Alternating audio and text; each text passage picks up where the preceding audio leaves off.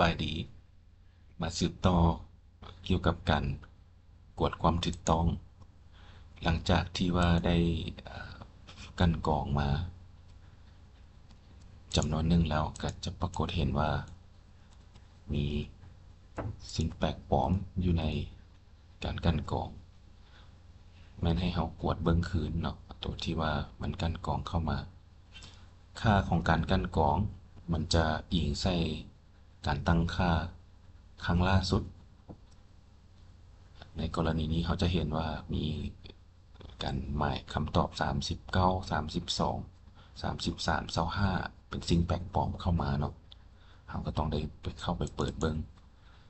หลังจากเปิดเบิงปรากฏเห็นว่าการจับคำตอบแม่นจับทั้งหมด40ข้อแสดงว่าบ่ได้เป็นนำเจียเนาะระบบมันจับให้แล้วมีแต่ว่าเราต้องได้ฟิลเตอร์เอาเฉพาะตัวที่ว่าเราเห็นว่ามันจับแล้วฮะเนาะกันกรองเข้ามารอท่าหน่อยหนึ่ง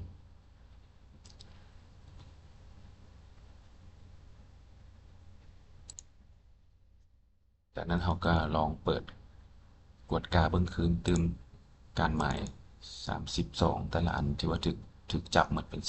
40วิธีวิธีของเราก็คือต้องได้ลึกข้อมูลการกันกรองตัวนี้ออกหลังจากนั้นก็รอท่าตัว32ข้อนี้ก็จะถูกลบออกไปแล้วเราประมวลภาพเข้าไม่มันจะอิงใส่ตัวค่ามาตรฐาน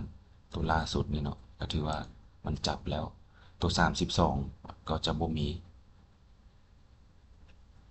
จะได้ค่อยแก้ไปเทละข้อเวลาลึกก็ต้องได้รอท่าจนกว่าว่ามันจะถูกลึกไปจากฐานข้อมูลปิดเมนูนี้ออกไปประมวลภาพคืนใหม่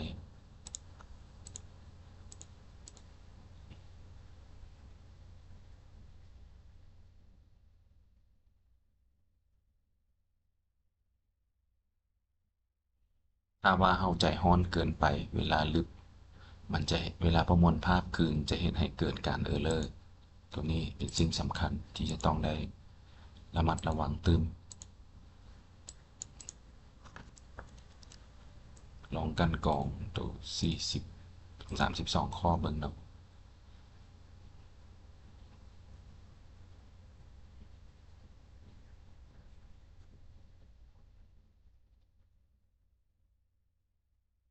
แสดงว่าบ่พบข้อมูลแสดงว่าตัว32เนี่ยมันจับแล้วก็ถือว่าสำเร็จไปเนาะจากนั้นแล้วเราก็ค่อยแก้ไปแต่ละอันคือกับลักษณะของการหมาย32นี่ต้องไปเบิ่งแล้วเปิดขึ้นมาถ้าเห็นว่าระบบมันจับแล้วก็แม่นให้ลืมออกจากฐานข้อมูลเนาะลืมออกจากการกันกรองแล้วไปประมวลภาพคืนใหม่ถ้าเห็นว่ามันยังบ่จับก็แสดงว่าต้องได้ไปเบิ่งอันอื่นๆเช่นว่าปรับค่าความเข้มหรือ